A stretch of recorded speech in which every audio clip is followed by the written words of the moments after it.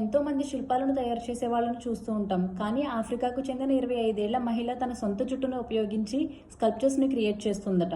2016లో తాను ఫాలో చేసే ఒక ఫేస్బుక్ అకౌంట్లో 20వ శతాబ్దానికి చెందిన పూర్వ వలస ఆఫ్రికన్ మహిళలకు సంబంధించిన ఒక ఫోటో ఆల్బమ్ని చూసి ఇన్స్పైర్ అయిన ఈమె తన సొంత జుట్టును ఉపయోగించి స్కల్ప్చర్స్ చేయడం మొదలుపెట్టింది.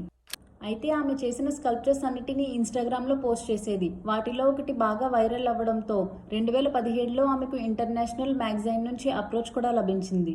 అలాగే 2017లో ఈమె మొదటిసారిగా కీబ్రైట్స్ అనే ఒక వర్క్షాప్ని హోస్ట్ చేసింది.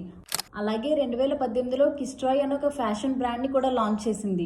తను చేసే స్కల్ప్చర్స్కి వైర్ని, థ్రెడ్ని అలాగే తన యొక్క హెయిర్ని మాత్రమే ఉపయోగిస్తుంది.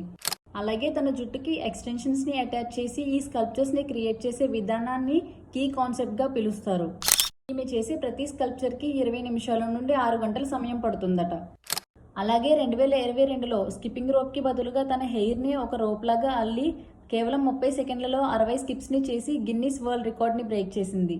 మరి ఇలాంటి క్రియేటివిటీ ఉన్న ఈమెపై మీ అభిప్రాయం ఏంటో కామెంట్ సెక్షన్లో కామెంట్ చేయండి. వీడియో నచ్చినట్లయితే లైక్ చేయండి.